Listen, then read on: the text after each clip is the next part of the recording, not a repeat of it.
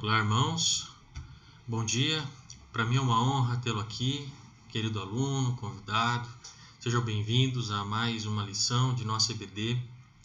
Nós estamos estudando sobre a graça de Deus e essa é a nossa 11ª lição de um total de 13. Na aula passada nós estudamos sobre alguns pontos sobre a graça, mas gostaria de relembrar o último ponto, quando faço a pergunta no slide: é possível viver pela graça? Então, após a pergunta, a gente viu 3 pontos. Vive pela graça quem se rende à suficiência da graça. Segundo ponto, quem se deixa matar na cruz com Cristo. E terceiro ponto, quem permite que Cristo viva nele. E o que precisamos trazer para a aula de hoje é que meus desejos, os meus valores não importam. São os valores de Cristo, são os desejos de Cristo. Quando estou na cruz com Cristo, é Ele quem vive em mim. E o meu eu foi deixado na cruz, onde Cristo foi crucificado e de onde recebo a maravilhosa graça para viver uma novidade de vida. Uma vida onde o controle passou de nossas mãos para as mãos do Espírito Santo. E esse controle do Espírito Santo não é controle de lei, é controle de graça. Uma vida onde não somos mais escravos do pecado e não carregamos mais a culpa da transgressão contra Deus. E eu gostaria de fazer uma pergunta agora para você, querido ouvinte. Você tem carregado alguma culpa? Algo que você não tem conseguido se desvencilhar com o passar do tempo? Hoje falaremos sobre isso e muito mais. Nosso tema de hoje será como ser crucificado com Cristo. E o nosso texto-chave está em Gálatas 2:20.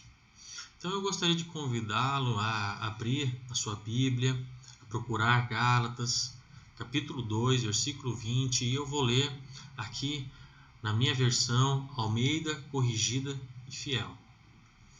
Gálatas 2:20, vamos lá? Já estou crucificado com Cristo e vivo não mais eu, mas Cristo vive em mim. E a vida que agora vivo na carne, vivo-a pela fé do Filho de Deus, o qual me amou e se entregou a si mesmo por mim. Bem, nesse versículo nós vamos analisar 3 partes que compõem e veremos também esse maravilhoso ensino, como ele se aplica a nós.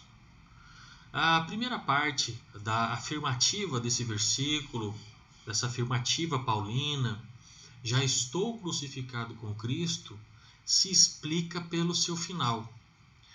O Filho de Deus me amou e se entregou a si mesmo por mim. O apóstolo, portanto, descreve uma verdade já realizada. Eu estou crucificado com Cristo porque Cristo me amou e deu a sua vida em meu lugar. Jesus foi crucificado por nós, por causa dos nossos pecados. E não por causa dos pecados dele, porque nele não havia pecado algum. Por isso, cristão é quem foi crucificado com Cristo. Ser crucificado com Cristo é aceitar o perdão concedido por ele na cruz pelos nossos pecados. Já estou crucificado com Cristo quer dizer, eu fui crucificado com Cristo quando ele foi crucificado. É como se a cruz onde foi pendurado, torturado e morto continuasse fincada sobre o Gólgota e nela continuassem pregados os meus pecados. Por isso, se procurarmos uma palavra que seja o antônimo de culpa, ou seja, o contrário de culpa, logo descobriremos que é a palavra graça. O poder da cruz é atemporal e universal. O sacrifício de Jesus é válido para sempre. Desde então até hoje, todos, quando aceitam esse sacrifício, têm extinta a sua culpa. A culpa de recusar o amor de Deus. Aquele ato não perdeu sua eficácia com o tempo, não foi superado pela tecnologia, não foi substituído pelo conhecimento humano. Nada substitui a culpa, nada apaga a culpa, senão a graça dispensada na cruz. Não há remédio que cure a culpa, não há esforço que aplaque a culpa, não há caminho que nos afaste da culpa. Só o perdão divino gratuitamente concedido na cruz, nos limpa da culpa. Nosso pecado foi cometido contra Deus e só Ele nos perdoa. E Ele nos perdoa na cruz. O sacrifício de Jesus é para todos os seus eleitos. Sem esse sacrifício, não importa a sua idade, classe social, etnia ou instrução formal, você vai ter que carregar a culpa, vai ter que conviver com a culpa, sofrer pela culpa. Sem o sacrifício de Jesus, você vai continuar com a culpa. Então, louvado seja Deus por sua maravilhosa graça. Que nenhum ser humano precisa carregar a culpa, conviver com a culpa, sofrer pela culpa. Jesus Cristo já carregou por nós, já conviveu com ela, com a culpa por nós, já sofreu por ela em nosso favor. E o que precisamos fazer, então, para receber o perdão? Nada. A natureza da salvação oferecida por Jesus Cristo tem essa característica essencial. O homem não faz nada para recebê-la, porque o Filho de Deus já fez tudo. A ação, única ação, se é que isso pode ser chamado de ação, é desejar ser perdoado, é pedir para ser perdoado. Esta é a resposta esperada. A cruz é o lugar onde o desespero da culpa encontra descanso. Nela a culpa acabou e oferecida é a graça. Nela a culpa acaba toda vez que a oferta da graça é aceita. Meu querido ouvinte, deixe-se crucificar com Cristo. Deixe-se perdoar por Cristo. Deixe-se alcançar pela graça de Cristo. Se já fomos crucificados com Cristo, já fomos perdoados por Cristo, já fomos alcançados pela graça de Cristo. Mas por alguma circunstância vivida, por algum descaminho percorrido ou por algum ensino não cristão ouvido, a cruz perdeu a sua eficácia e vivemos carregados de culpa, pesados de culpa, sofridos de culpa, vencidos pela culpa. Lembremos-nos do que Cristo já fez por nós e que o poder da graça continua válido. Na cruz, o Filho de Deus nos amou e se entregou. Ele entregou a sua vida por nós, como está escrito na última parte de Gálatas 2:20, a parte C. Agora, vejamos a segunda afirmativa desse versículo, quando Paulo diz: vivo, não mais eu, mas Cristo vive em mim. E a vida que agora vivo na carne, vivo-a na fé do Filho de Deus. Gálatas 2:20, parte B, segunda parte da afirmativa. Essa segunda parte nos coloca no território do desejo, no belo território do desejo. É o desejo que nos põe a caminho. É o desejo que nos permite atualizar o sacrifício de Jesus. É o desejo que nos faz continuar cristãos. Fomos crucificados quando desejamos para nós o sacrifício de Jesus. Somos crucificados quando desejamos viver pelo poder de Cristo. Este ensino fundamental de Paulo se desenvolve em duas partes. Na primeira, o apóstolo afirma que Cristo vive em nós de modo tão profundo que nós não vivemos mais. A vida que vivemos não é a nossa vida, porque não nos pertence mais. A segunda parte dessa reveladora frase contém a explicação. E isto acontece porque não vivemos mais na carne, isto é, pela lei, pelo esforço próprio, mas vivemos na fé, isto é, pela graça. O significado da expressão vivo, não mais eu, mas Cristo vive em mim, reaparece no final da mesma epístola, no capítulo 6, no versículo 14, com o mesmo desejo. Longe esteja de mim gloriar-me, a não ser na cruz de nosso Senhor Jesus Cristo, pela qual o mundo está crucificado para mim e eu para o mundo. Quando eu vivo por mim mesmo, não permitindo que Cristo viva em mim, confio na minha competência para me tornar feliz. Glorie-me em mim mesmo, acho-me o máximo. Por outro lado, quando desejo que Cristo viva em mim, Ele me capacita a viver para Ele. Ser alcançado pela graça não quer dizer que não tenho que fazer nada, que eu não tenho que me esforçar para viver bem, que eu não tenho que cuidar do meu corpo, que eu não tenho que lutar para preservar minha mente sadia, que eu não tenho que batalhar para ter relacionamentos saudáveis. Eu tenho, como todos os seres humanos, com a diferença de que não confio que vá conseguir tudo isso sozinho, por mim mesmo. Minha luta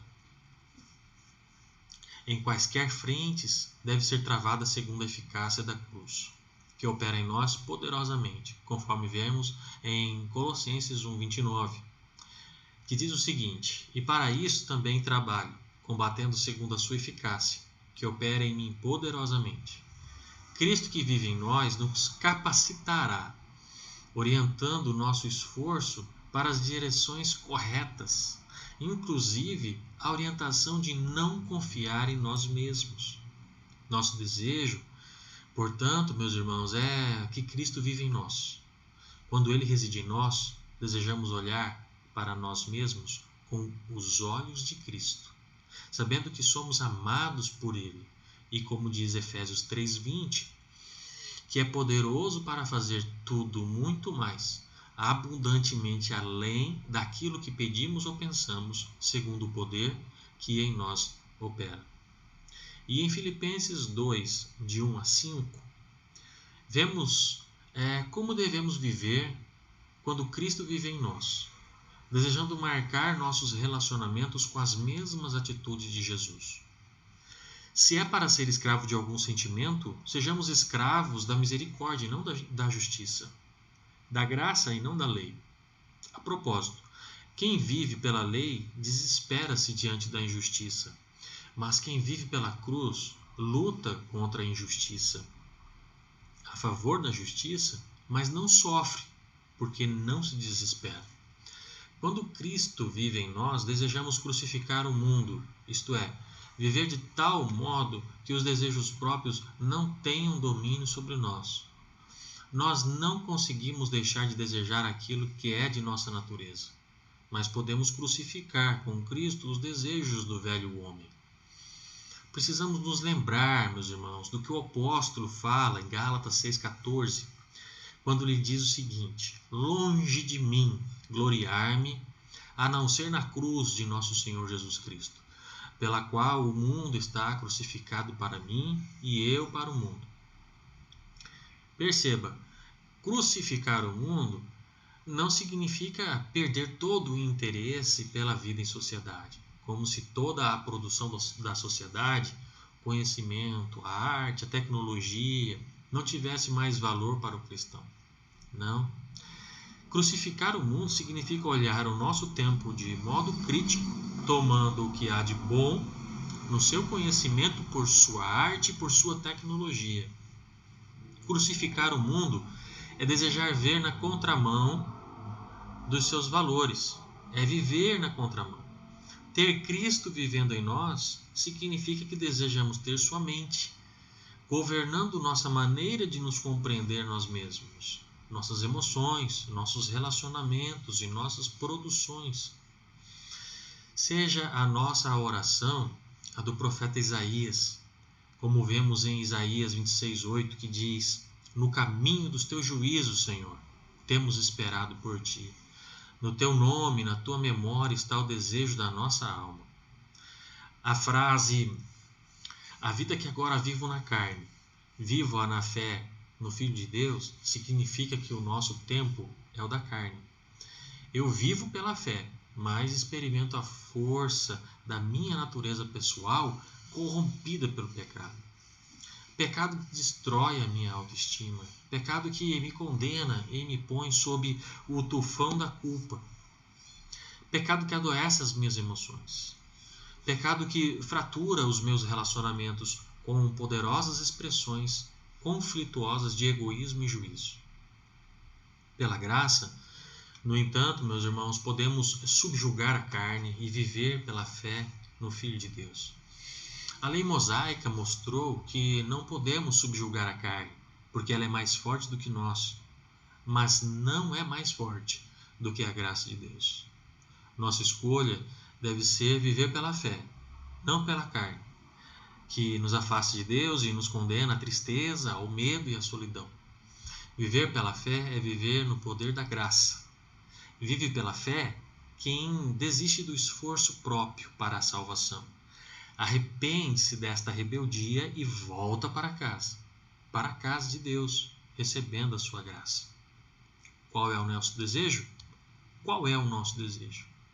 É viver pela carne ou pela fé por meio da graça? Paulo descreve os cristãos do seguinte modo em Efésios 2:3.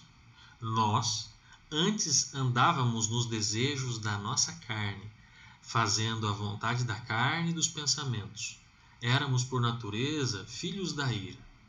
Mas Deus, sendo rico em misericórdia, pelo seu muito amor com que nos amou, estando nós ainda mortos em delitos, nos vivificou juntamente com Cristo.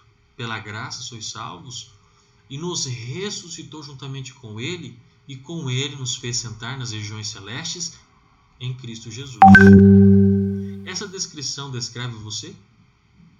Você sente que Deus o amou e lhe deu vida na cruz?